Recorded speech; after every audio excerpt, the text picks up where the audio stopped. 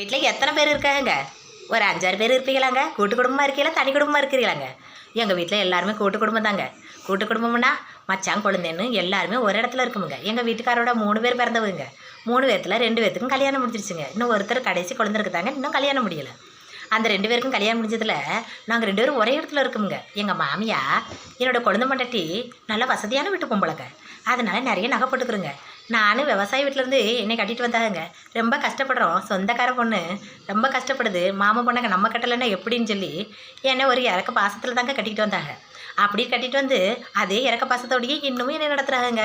ஏன்னா நல்ல நகை நட்டுலாம் போட்டுக்கிட்டு ஒரு வீட்டுக்கு வாக்கப்பட்டு போனால் தாங்க அந்த வீட்டோட பெருமை நம்மளுக்கு சேருமுங்க. இந்த மாதிரி இறக்க குணத்துலையோ அல்லது பாவப்பட்டோ நம்மளை கட்டிட்டு போனாங்கண்டா அந்த வீட்டில் என்றைக்குமே நம்ம பாவப்பட்ட ஜென்மமே வாழணுமுங்க. அப்படி தாங்க நானும் வாழ்ந்துட்டுருக்கேன். இந்த வீடியோ போட்டதுக்கப்புறம் எங்கள் வீட்டில் எவ்வளோ பெரிய பிரளயம் நடக்கும்னு சொல்ல முடியாதுங்க. இருந்தாலும் பரவாயில்லைங்க, என் மனசை